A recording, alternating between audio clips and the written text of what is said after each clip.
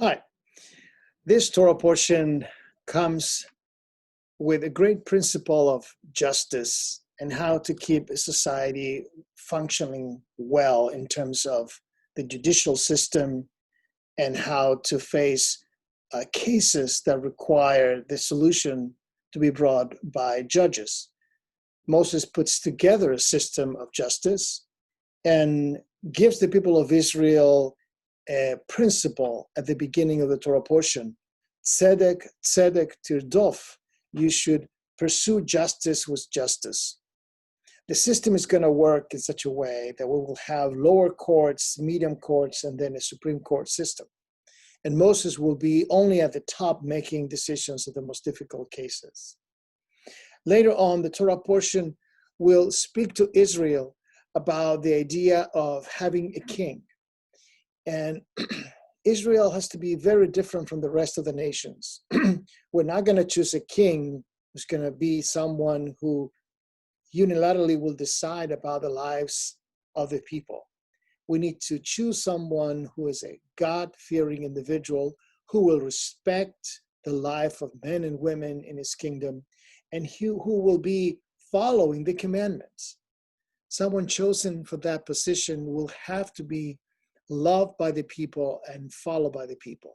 The first attempt was King Saul, who didn't work that well, but certainly King David and King Solomon really fulfilled most of these requirements, which are presented in Parashat Shoftim. In addition, the priests, the Levites, are not supposed to own property. They will be surviving through the donations presented by the people of Israel. They will have a portion that will belong to them, but they will not own real estate. They are supposed to be caring for the people and sensitive to their needs. The criminal justice also will end this parasha presenting the cities of refuge, where people who kill someone accidentally can take refuge and not be killed by the family of the victim. And it is giving to more detail how that's going to work and how the refuge will be presented to the people that need that kind of a protection.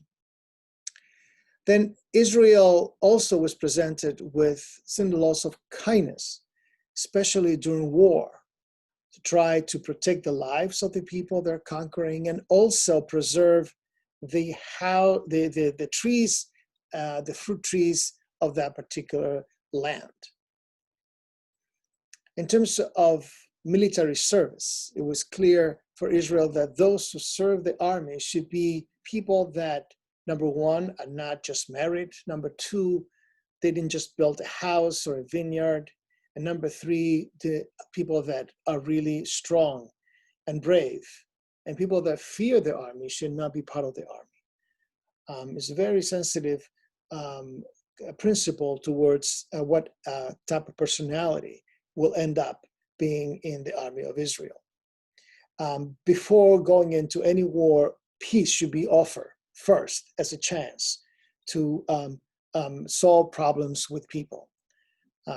If a murderer was not found, then responsibility for the killing rested with the nearest city, whose inhabitants, through the judges and elders, could expiate themselves by the performance of symbolic ceremony. It's a very interesting situation where we cannot find the murder of someone. So this Torah portion, Parashat Shoftim, will be also enhanced on our temple with the participation of two B'nai Mitzvah. Parashat Shoftim in the morning will have the presence of Noah Wagner becoming Bar Mitzvah, and in the afternoon, Parashat Ki Tetzei for Mincha will be his twin sister, Hannah Wagner, who will be also participating in reading from the Torah. To the family, to the parents, the Wagners, we wish them Mazel Tov, and we invite you and the congregation to join us on Shabbat morning services Friday night at 6 p.m., and then Shabbat morning at 10 a.m. live or in Zoom. Let us remember that tonight we begin Rosh Chodesh Elul. That's Wednesday night. Thursday and Friday are the 2 days of Rosh Chodesh Elul, and we begin blowing the shofar on Friday morning. So please join us through Zoom or live for services as we begin this 40 days before the celebration of Yom Kippur. So I wish you a good Shabbos to everyone, and I hope to see you in Shul or in Zoom continually throughout the week and on Shabbat. Lehitraot.